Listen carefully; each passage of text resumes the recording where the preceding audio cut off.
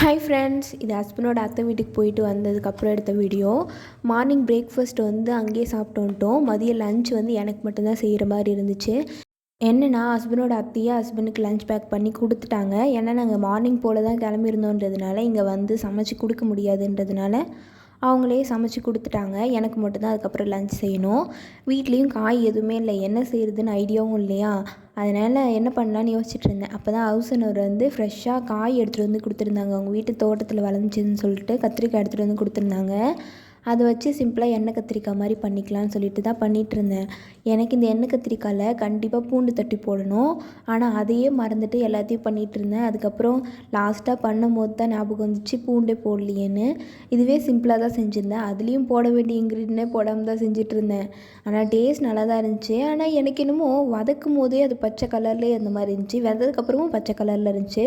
ஒரு வேளை வேகலையோன்னு யோசிச்சுட்டு இருந்தேன். சாப்பிட்டு பார்த்தா வெந்துருந்துச்சு. அதுக்கப்புறம் தான் தோணுச்சு, ஒரு வேளை இது ஃப்ரெஷ்ஷான காயின்றதுனால அப்படியே இருந்துச்சு போல் அப்படின்னு சொல்லிட்டு அதுக்கப்புறமேட்டுக்கா சூப்பராக லஞ்ச் சாப்பிட்டு முடிச்சிட்டேன். ஓகே ஃப்ரெண்ட்ஸ், டாட்டா பாய். அடுத்த விலாகில் பார்க்கலாம்.